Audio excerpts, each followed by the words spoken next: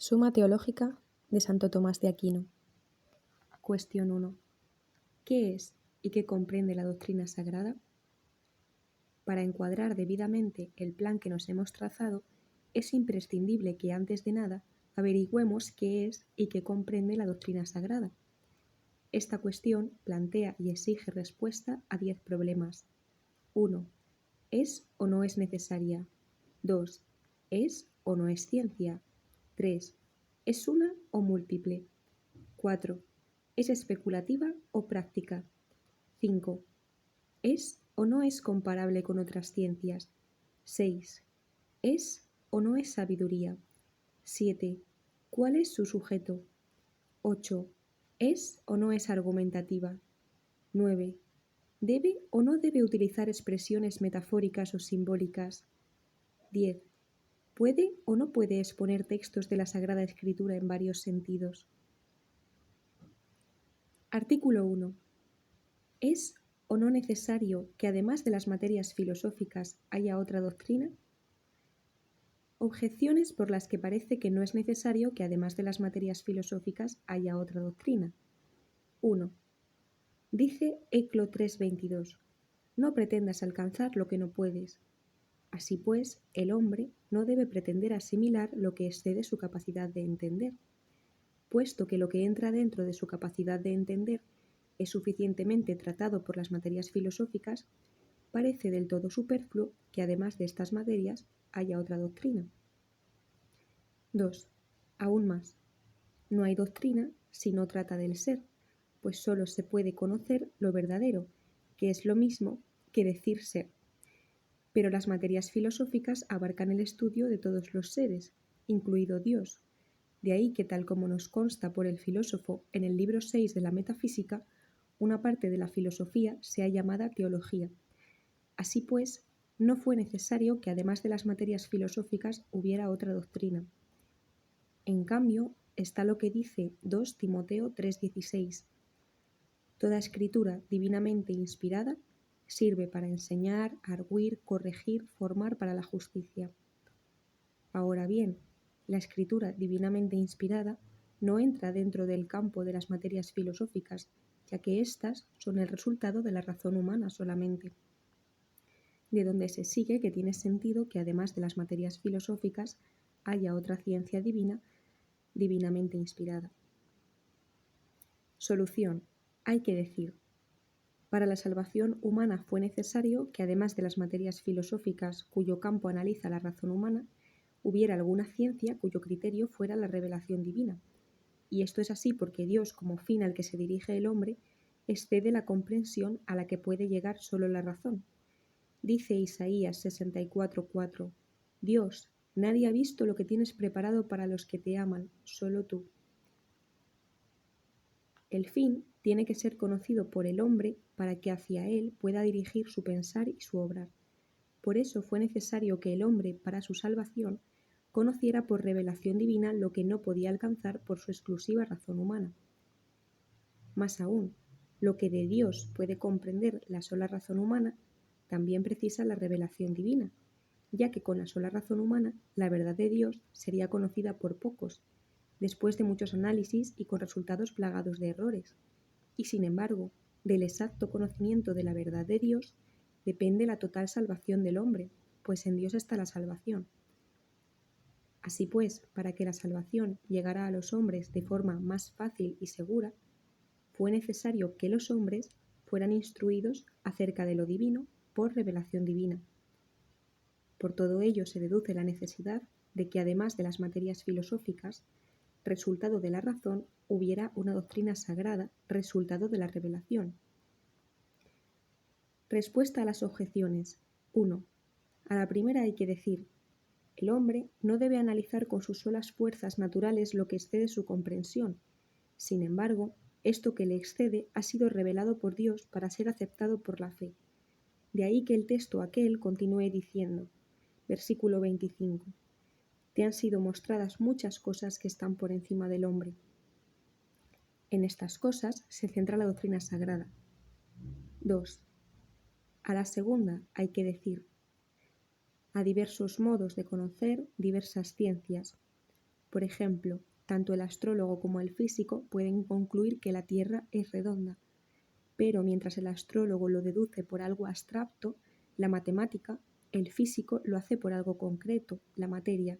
De ahí que nada impida que unas mismas cosas entren dentro del campo de las materias filosóficas, siendo conocidas por la simple razón natural, y al mismo tiempo dentro del campo de otra ciencia cuyo modo de conocer es por la luz de la revelación divina, de donde se deduce que la teología, que estudia la doctrina sagrada por su género, es distinta de la teología que figura como parte de la filosofía.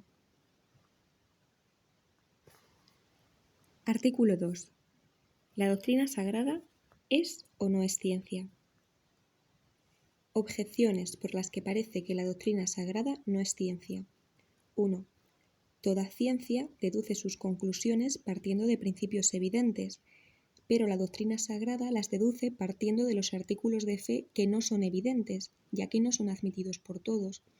Ya dice 2 Tesalonicenses 3:2, no todos tienen fe. Así pues, la doctrina sagrada no es ciencia. 2. Más aún, la ciencia no trata lo individual. La doctrina sagrada, por su parte, sí lo hace cuando nos relata hechos concretos de Abraham, Isaac, Jacob y otros. Por lo tanto, la doctrina sagrada no es ciencia. En cambio, está lo que dice Agustín en el 14 de Trinitate. A esta ciencia pertenece solamente aquello con lo que se fecunda, alimenta, defiende y robustece la fe que salva. Esto corresponde solo a la doctrina sagrada, no a ninguna otra ciencia. Por lo tanto, la doctrina sagrada es ciencia. Solución. Hay que decir: la doctrina sagrada es ciencia. Hay dos tipos de ciencias. Unas como la aritmética, la geometría y similares, que deducen sus conclusiones a partir de principios evidentes por la luz del entendimiento natural. 2. Otras, por su parte, deducen sus conclusiones a partir de principios evidentes por la luz de una ciencia superior. Así, la perspectiva, que parte de los principios que le proporciona la geometría, o la música, que parte de los que le proporciona la aritmética. En este último sentido, se dice que la doctrina sagrada es ciencia, puesto que saca sus conclusiones a partir de los principios evidentes por la luz de una ciencia superior, esto es, la ciencia de Dios y de los santos. Así pues, de la misma forma que la música acepta los principios que le proporciona el matemático, la doctrina sagrada acepta los principios que por revelación le proporciona Dios. Respuesta a las objeciones. 1. A la primera hay que decir: los principios de una ciencia cualquiera o son evidentes o quedan reducidos a los que le proporciona una ciencia superior. Estos últimos son los propios principios de la doctrina sagrada, tal como se ha dicho. 2. A la segunda hay que decir: los hechos concretos que aparecen en la doctrina sagrada no son tratados como objetivo principal, sino como ejemplo a imitar. Así ocurre en la moral. O también para declarar la autoridad de aquellos nombres por los que se nos ha transmitido la revelación divina, que es el fundamento de la escritura o doctrina sagrada. Artículo 3. La doctrina sagrada, en cuanto ciencia, es una o múltiple. Objeciones por las que parece que la doctrina sagrada no es una única ciencia. 1. Dice el filósofo en 1 Póster: es una la ciencia cuando su sujeto es de un solo género. Como quiera que la doctrina sagrada trata del creador y de lo creado, que no son del mismo género, hay que decir que la doctrina sagrada no es una única ciencia. 2. Más aún, en la doctrina sagrada se trata de los ángeles, de seres corpóreos y del comportamiento de los hombres. Todo esto es tratado en diversas ciencias filosóficas. Así pues, la doctrina sagrada no es una única ciencia. En cambio, está la Sagrada Escritura, que habla de ella como de una única ciencia, pues dice Sabiduría 10:10: le concedió la ciencia de los santos. Solución. Hay que decir: la doctrina sagrada es una única ciencia. La unidad de la facultad o del hábito la da el objeto, pero no bajo el aspecto material, sino formal. Por ejemplo, el hombre, el asno y la piedra pueden ser considerados bajo el aspecto formal del color, que es el objeto de la vista. Si tenemos presente, como ya hemos dicho, que la Sagrada Escritura considera algunas cosas en cuanto reveladas por Dios, todo lo que puede ser revelado por Dios cae bajo el aspecto formal del objeto de tal ciencia. Es así como queda comprendido dentro de la doctrina sagrada como una única ciencia. Respuesta a las objeciones. 1. A la primera hay que decir, la doctrina sagrada no se ocupa por igual de Dios y de las criaturas, sino que se ocupa de Dios como objetivo principal y de las criaturas en cuanto referidas a Él como su principio y su fin. Eso no impide que sea una única ciencia. 2. A la segunda hay que decir, nada impide que las facultades o hábitos se diversifiquen al considerar sus distintos objetos y que al mismo tiempo esos objetos sean considerados por una facultad o hábito superior, puesto que una facultad o hábito superior lo considera todo bajo un aspecto formal mucho más universal. Ejemplo, el sentido común tiene por objeto lo sensible, y lo sensible es también el objeto de la vista o del oído. De ahí que el sentido común, en cuanto a facultad, abarque los objetos propios de los 5 sentidos. De modo parecido, lo que cae dentro del campo de las diversas ciencias filosóficas, esto mismo puede considerarlo bajo un solo aspecto, el de poder ser revelado por Dios, la doctrina sagrada como una única ciencia. Es así que la doctrina sagrada es como una imagen de la ciencia divina, que es una, simple y lo abarca todo. Artículo 4. ¿La doctrina sagrada es o no es ciencia práctica? Objeciones por las que parece que la doctrina sagrada es ciencia práctica. 1.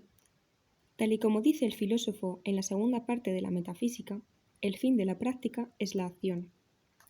Y la doctrina sagrada se encamina a la acción según Sant 1.22. Sed vivientes en la palabra y no solo oyentes. Por lo tanto, la doctrina sagrada es ciencia práctica. 2. Más aún, la doctrina sagrada se divide en ley antigua y ley nueva, pero la ley es estudiada por la moral, que es una ciencia práctica. Por lo tanto, la doctrina sagrada es ciencia práctica. En cambio, toda ciencia práctica trata de lo que puede ser hecho por el hombre. Así la moral, los actos humanos, la arquitectura, los edificios. La doctrina sagrada, por su parte, tiene por objeto principal a Dios, cuya obra mayor es el hombre. Por lo tanto, no es ciencia práctica, sino sobre todo especulativa. Solución. Hay que decir, la doctrina sagrada, tal como quedó indicado, siendo una, abarca todo lo que concierne a las ciencias filosóficas por el aspecto formal bajo el que lo considera, esto es, en cuanto puede ser conocido por la luz divina. De ahí que, aun cuando las ciencias filosóficas unas sean especulativas y otras prácticas, sin embargo la doctrina sagrada las abarque todas de la misma forma que Dios se conoce a sí mismo y su obrar con la misma ciencia. Por otra parte, estamos ante una ciencia más especulativa que práctica, porque trata principalmente más de lo divino que de lo humano. Pero, cuando se trata de lo humano, lo hace en cuanto que el hombre por su obrar se encamina al perfecto conocimiento de Dios, puesto que en ese conocer consiste la felicidad eterna. Respuesta a las objeciones. Está incluida en lo dicho. Artículo 5. ¿La doctrina sagrada es o no es superior a las otras ciencias? Objeciones por las que parece que la doctrina sagrada no es superior a las otras ciencias. 1. La certeza es algo propio de la superioridad de una ciencia, pero las otras ciencias parecen más ciertas que la doctrina sagrada, pues mientras los principios de aquellas no pueden ser puestos en duda, los de esta, que son los artículos de fe, sí admiten la duda. Así pues, las otras ciencias parecen más ciertas que la doctrina sagrada. 2. Más aún, las ciencias de lo inferior toman sus principios de lo superior, como la música los toma de la aritmética. Pero la doctrina sagrada toma algo de las ciencias filosóficas. Así dice Jerónimo en su carta al gran orador de la ciudad de Roma, que los doctores antiguos inundaron tanto sus libros de teorías y frases de los filósofos que no se sabe qué admirar más, si su erudición de lo profano o su conocimiento de la escritura. Por lo tanto, la doctrina sagrada es inferior a las otras ciencias. En cambio, está la afirmación de que las otras ciencias son llamadas siervas de la doctrina sagrada en Proverbios 9:3. La sabiduría ha enviado a sus siervos a gritar desde lo alto de la colina. Solución. Hay que decir, como quiera que esta ciencia con respecto a algo es especulativa y con respecto a algo es práctica, está por encima de todas las demás ciencias, tanto especulativas como prácticas. De entre las ciencias especulativas se dice que una es superior a otra según la certeza que contiene o según la dignidad de la materia que trata. En ambos aspectos, la doctrina sagrada está por encima de las otras ciencias especulativas. Con respecto a la certeza de las ciencias especulativas, fundada en la razón natural que puede equivocarse, contrapone la certeza que se funda en la luz de la ciencia divina, que no puede fallar. Con respecto a la dignidad de la materia, porque la doctrina sagrada trata principalmente de algo que por su sublimidad sobrepasa la razón humana. Las otras ciencias solo consideran lo que está sometido a la razón. De entre las ciencias prácticas es más digna la que se orienta a un fin más alto, como lo civil a lo militar, puesto que el bien del ejército tiene por fin el bien del pueblo. El fin de la doctrina sagrada como ciencia práctica es la felicidad eterna, que es el fin al que se orientan todos los objetivos de las ciencias prácticas. Queda patente bajo cualquier aspecto que la doctrina sagrada es superior a las otras ciencias. Respuesta a las objeciones. 1. A la primera hay que decir, nada impide que lo que por su naturaleza es cierto a nosotros por la debilidad de nuestro entendimiento no nos lo parezca tanto, pues nuestro entendimiento, como dice el filósofo en 2 de la metafísica, ante la evidencia de la naturaleza, hace lo que la lechuza ante los rayos del sol. De ahí que la duda que en algunos se da con respecto a los artículos de fe no tiene su origen en la incertidumbre del contenido, sino en la debilidad del entendimiento humano. No obstante, lo poco que se puede saber de las cosas sublimes es preferible a lo mucho y cierto que podemos saber de las cosas inferiores, tal como se dice en el capítulo 11 de Animalibus. 2. A la segunda hay que decir, esta ciencia puede tomar algo de las disciplinas filosóficas y no por necesidad, sino para explicar mejor lo que esta ciencia trata, pues no toma sus principios de otras ciencias, sino directamente de Dios por revelación, y aun cuando tome algo de las otras ciencias, no lo hace porque sean superiores, sino que las utiliza como inferiores y serviles, como la arquitectura tiene proveedores o como lo civil tiene lo militar. La ciencia sagrada lo hace no por defecto o incapacidad, sino por la fragilidad de nuestro entendimiento, pues a partir de lo que conoce por la razón natural, de la que proceden las otras ciencias, es conducido como llevado de la mano hasta lo que supera la razón humana y que se trata en la ciencia sagrada. Artículo 6. ¿La doctrina sagrada es o no es sabiduría? Objeciones por las que parece que la doctrina sagrada no es sabiduría. 1. La doctrina, que no tiene principios propios, sino que los toma de fuera, no puede ser llamada sabiduría, pues al sabio le corresponde dirigir, no ser dirigido. 1 de la metafísica. Pero tal como hemos visto, la doctrina sagrada toma los principios de fuera, por lo tanto, la doctrina sagrada no es sabiduría. 2. Más aún, a la sabiduría le corresponde probar los principios de otras ciencias, de ahí que en el 6 de la ética se le llame cabeza de las ciencias, pero la doctrina sagrada no prueba los principios de las otras ciencias, por lo tanto, no es sabiduría. 3. Todavía más. La doctrina sagrada se adquiere por el estudio, en cambio, la sabiduría es infusa, de ahí que se encuentre entre los 7 dones del Espíritu Santo, como queda claro en Isaías 11:2. Por lo tanto, la doctrina sagrada no es sabiduría.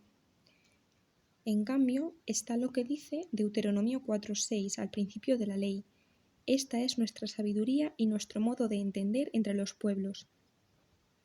Solución. Hay que decir, esta doctrina es, entre todas las sabidurías humanas, sabiduría en grado sumo, y no solo en un sentido especial, sino único y total. Le corresponde al sabio dirigir y juzgar, y su juicio lo hace teniendo como punto de referencia la causa más alta de todo lo inferior. Así, en todo tipo de cosas se llama sabio a aquel que tiene presente la causa más alta de cada cosa concreta. Por ejemplo, el trabajador que prepara los planos de un edificio es llamado sabio y arquitecto respecto a los trabajadores que labran la madera o pulen la piedra. En este sentido, dice 1 Corintios 3:10, como sabio arquitecto puso los cimientos. Y en la vida humana, el sabio es llamado prudente por orientar el obrar humano a su debido fin. De ahí que diga Proverbios 10:23, la sabiduría en el hombre es la prudencia. Así pues, aquel que tenga como punto de referencia la causa suprema de todo el universo, que es Dios, será llamado sabio en grado sumo. De ahí que la sabiduría sea definida como conocimiento de lo divino, según refiere Agustín en el capítulo 12 de Trinitate. Lo más genuino de la doctrina sagrada es referirse a Dios como causa suprema, y no sólo por lo que de Él se puede conocer a través de lo creado, y que en este sentido ya lo conocieron los filósofos, tal como dice Romanos 1:19. Lo que puede conocerse de Dios lo tienen a la vista, sino también por lo que solo Él puede saber de sí mismo y que comunica a los demás por revelación, de donde se deduce que la doctrina sagrada es sabiduría en grado sumo. Respuesta a las objeciones. 1. A la primera hay que decir, la doctrina sagrada no toma sus principios de ninguna otra ciencia humana, sino de la ciencia divina, la cual, como sabiduría en grado sumo, regula todo nuestro entender. 2. A la segunda hay que decir, los principios de las otras ciencias o son evidentes y no necesitan ser demostrados, o lo son en alguna otra ciencia y son demostrados por un proceso mental natural. El conocimiento propio que se tiene en la ciencia sagrada lo da la revelación, no la razón natural. De ahí que no le corresponda probar los principios de las otras ciencias, sino solo juzgarlos. Así condena por falso todo lo que en las otras ciencias resulta incompatible con su verdad. Dice 2 Corintios 10:4. Derribamos las falacias y todo torreón que se jerga contra el conocimiento de Dios. 3. A la tercera hay que decir, al sabio le corresponde juzgar. Como hay dos modos de juzgar, la sabiduría debe ser entendida de dos modos también. Uno de los modos es si el que juzga tiene tendencia a algo.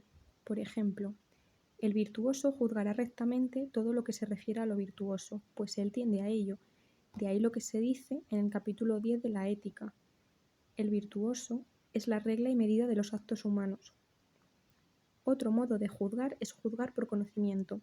Así, por ejemplo, el especialista en moral podrá juzgar los actos de tal o cual virtud, aunque él no la tenga. Pues bien, a la hora de juzgar las cosas divinas, el primer modo indicado es el que corresponde a la sabiduría que figura entre los dones del Espíritu Santo, siguiendo aquello de 1 Corintios 2:15, el hombre espiritual todo lo juzga, etc. Y Dionisio dice en el capítulo 2 del De Divinis Nominibus, Hieroteo es hombre docto no solo porque aprende lo divino, sino porque también lo vive. El segundo modo de juzgar también pertenece a la doctrina sagrada en cuanto adquirida por el estudio, si bien toma los principios que dimanan de la revelación. Artículo 7. ¿Es Dios o no es Dios el objeto de esta ciencia? Objeciones por las que parece que Dios no es el sujeto de esta ciencia. 1. Según el filósofo en 1 Póster, toda ciencia necesita suponer del sujeto que es, pero la doctrina sagrada, como ciencia, no supone de Dios que es, ya que dice el Damasceno, es imposible decir de Dios que es, por lo tanto, Dios no es el sujeto de esta ciencia. 2. Más aún, todo lo que trata una ciencia está comprehendido en su sujeto, pero en la Sagrada Escritura se trata de muchas cosas además de Dios, como son las criaturas y los actos humanos. Por lo tanto, Dios no es el sujeto de esta ciencia. En cambio, es sujeto de una ciencia aquello en torno a lo cual gira todo el quehacer de tal ciencia.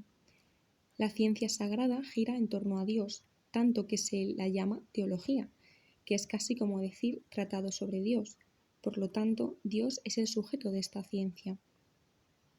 Solución. Hay que decir, Dios es el sujeto de esta ciencia. La relación que hay entre una ciencia y su sujeto es la misma que hay entre una facultad o hábito y su objeto. El objeto propio de una facultad o hábito lo constituye el aspecto bajo el cual lo considera todo tal facultad o hábito. Así, el hombre y la piedra son considerados por la vista bajo el aspecto del color, de ahí que el color sea el objeto propio de la vista. Todo lo que trata la doctrina sagrada lo hace teniendo como punto de mira a Dios, bien porque se trata de Dios mismo, bien porque se trata de algo referido a Él como principio y como fin. De donde se sigue que Dios es verdaderamente el sujeto de esta ciencia. Esto mismo queda patente por los principios de esta ciencia, que son los artículos de fe, y que proviene de Dios. El sujeto de los principios es el mismo que de toda la ciencia, pues toda la ciencia virtualmente está contenida en los principios. Es verdad que ha habido quienes, considerando lo que se trata en esta ciencia y no el aspecto bajo el que se trata, le han asignado a la doctrina sagrada otro sujeto.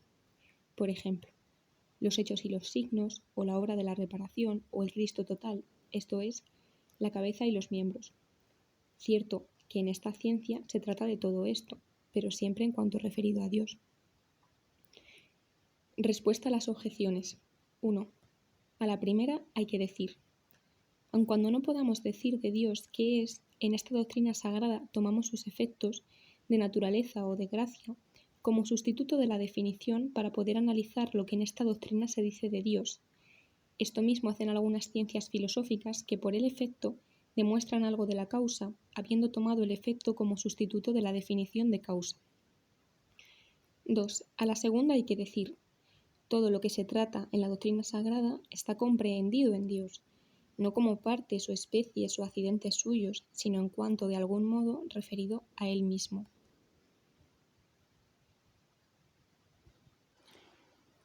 Artículo 8. ¿La doctrina sagrada es o no es argumentativa? Objeciones por las que parece que la doctrina sagrada no es argumentativa. 1.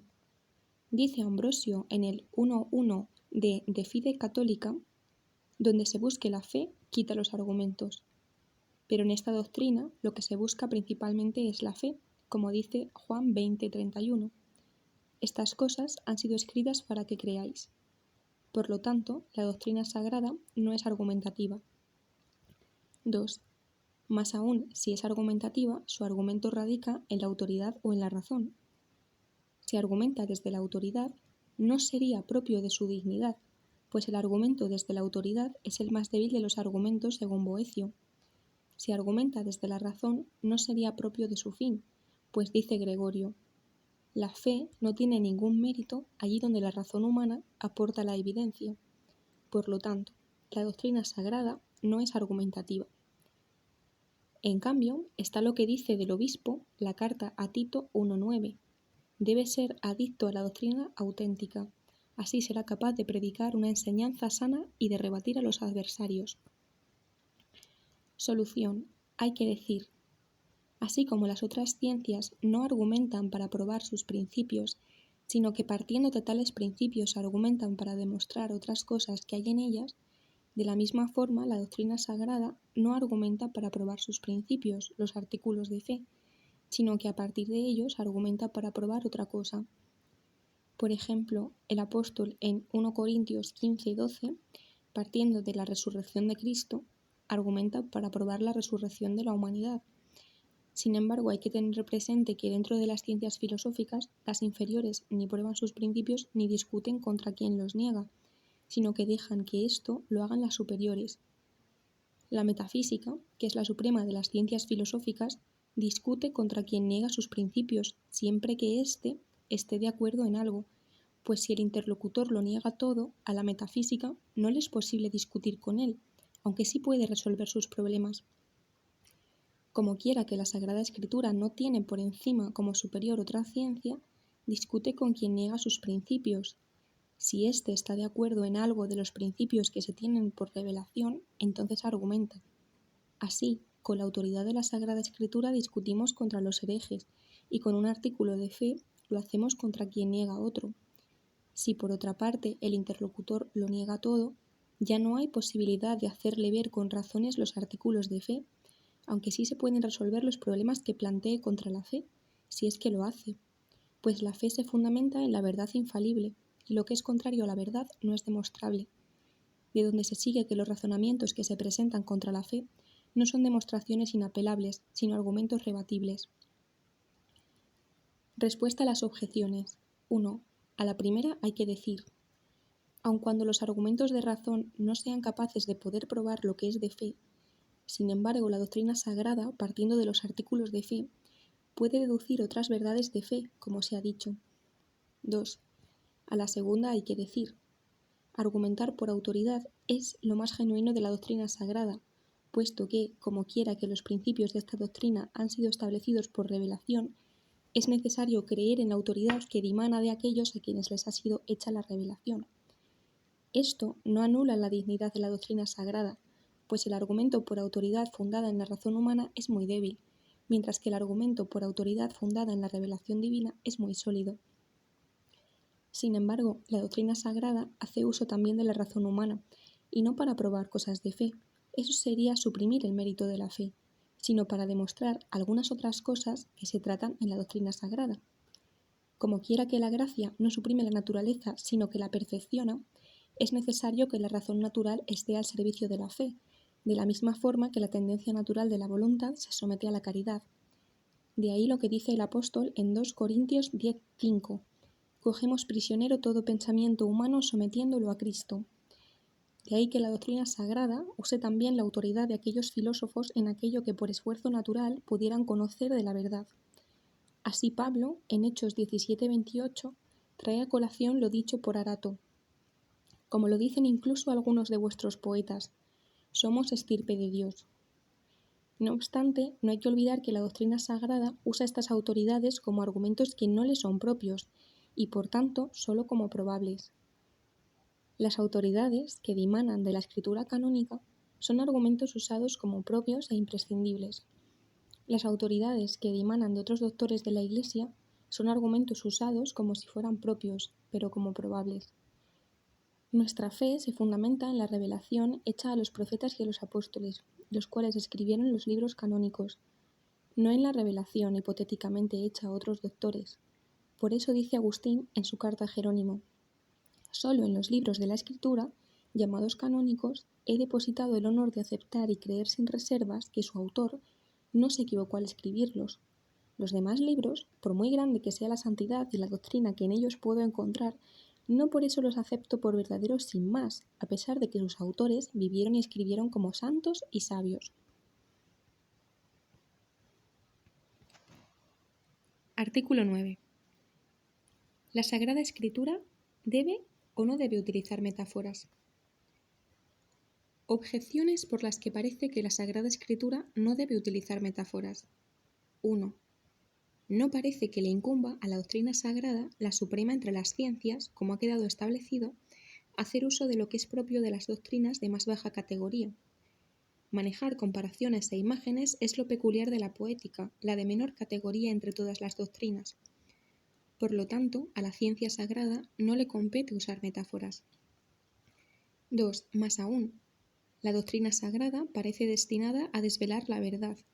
De ahí que se haya prometido una recompensa a quien lo haga, tal como dice Ecli 24:31: quienes me den a conocer tendrán la vida eterna. Pero con las metáforas la verdad queda tapada. Por lo tanto, no le corresponde a la doctrina sagrada presentar lo divino con metáforas tomadas de las cosas corporales. 3. Todavía más. Algunas criaturas, cuanto más sublimes son, tanto más se acercan a la semejanza divina. Si pues algo de las criaturas se aplica a Dios, tal aplicación deberá hacerse partiendo de algo de las criaturas más sublimes, no de otras. Sin embargo, esto se encuentra a menudo en la Escritura. En cambio, está lo que dice Oseas 12:10: me he prodigado en dejarme ver, y en manos de los profetas he sido comparado. Transmitir algo por comparación es metafórico. Luego la doctrina sagrada puede usar metáforas. Solución: hay que decir: Es conveniente que la Sagrada Escritura transmita lo divino y espiritual a través de imágenes tomadas de lo material, pues Dios acude a todos a través del modo que les es propio. Es propio de lo humano que llegue a lo inteligible por lo sensible, puesto que nuestro conocer empieza por los sentidos. De ahí que fuera conveniente que lo espiritual se nos transmitiera en la Sagrada Escritura a través de lo material. Esto es lo que nos dice Dionisio en el capítulo 1 de Hierarch Cel. Es imposible que la luz divina nos ilumine si no nos llega atenuada por variados velos sagrados. También convenía que la Sagrada Escritura, dirigida a todos según aquello de la carta a los Romanos 1:14, me debo a los sabios y a los ignorantes, presentase lo espiritual bajo imágenes tomadas de lo material, a fin de poder ser captado por los más simples, los cuales por sus propias fuerzas son incapaces de entender lo que es posible ser comprendido.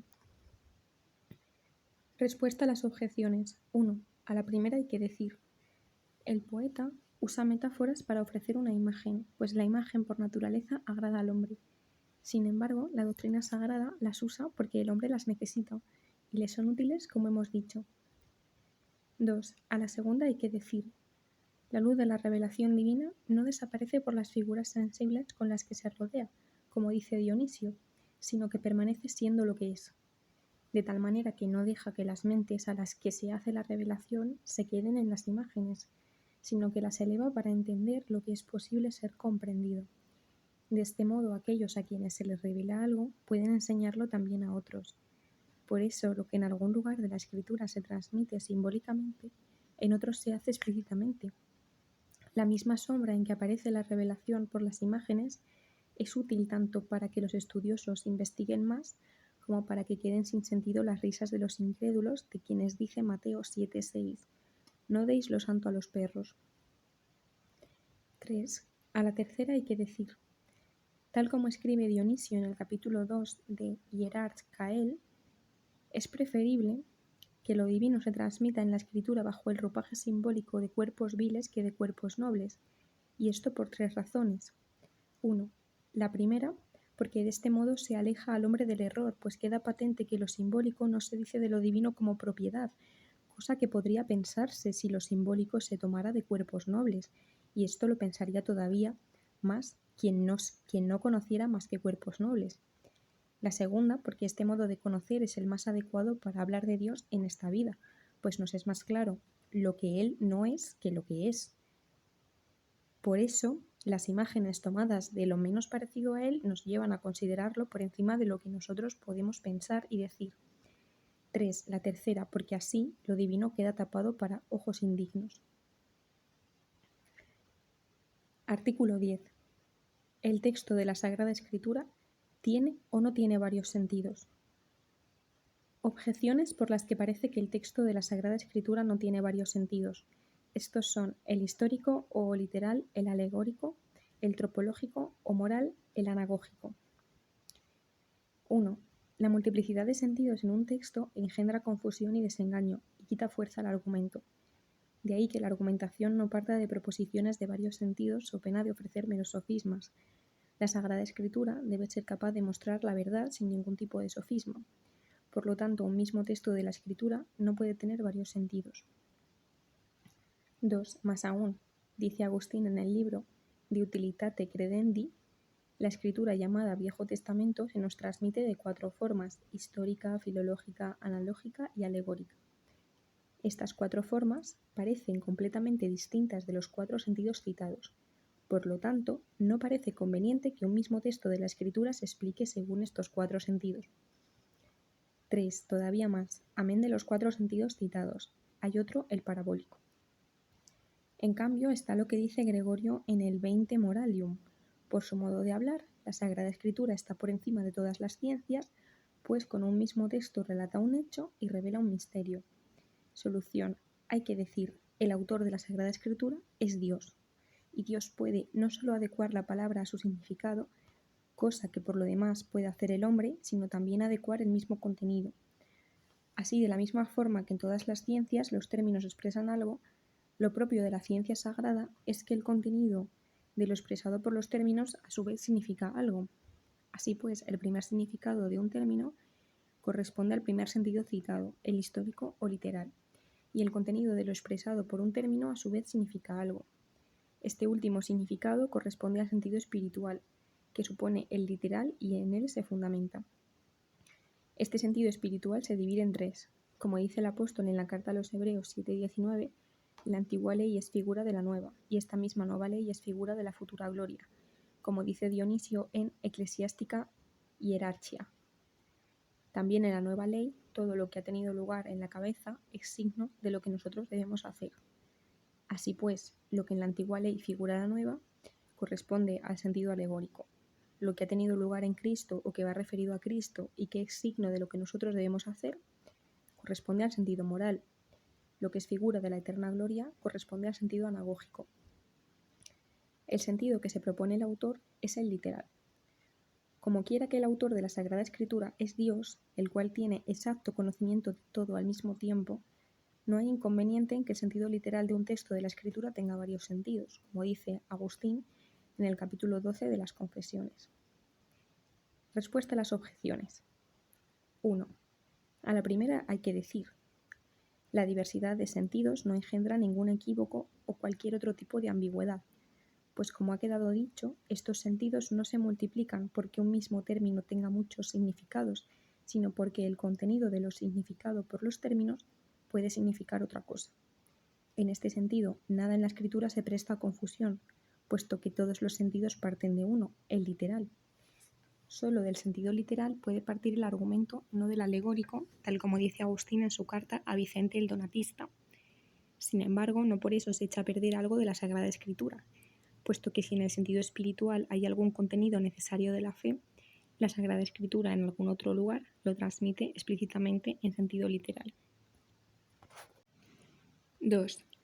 A la segunda hay que decir: aquellas tres formas de transmisión histórica, etiológica y analógica pertenecen al mismo y único sentido literal. La forma histórica, tal como dice el mismo Agustín, relata algo sin más. La forma etiológica indica la causa de algo, por ejemplo, cuando el Señor indicó por qué Moisés permitió a los judíos poder repudiar a sus mujeres, por la dureza de su corazón. Mateo 19:8. La forma analógica explica cómo dentro de la escritura la verdad de un texto no contradice la verdad de otro. La forma alegórica, de las cuatro señaladas, es la única que cae dentro de los tres sentidos espirituales. También Hugo de San Víctor incluye el sentido anagógico en el alegórico, y así en el libro tercero de sus sentencias mantiene solo tres sentidos: el histórico, el alegórico y el tropológico. 3. A la tercera hay que decir: el sentido parabólico está contenido en el literal, pues los términos significan algo propio y algo figurado. El sentido literal no se detiene en la figura misma, sino en lo figurado. Por ejemplo, cuando la Escritura habla del brazo de Dios, el sentido literal no está diciendo que Dios tenga el brazo en cuanto elemento corporal, sino en cuanto fuerza para obrar, que es lo que el brazo significa.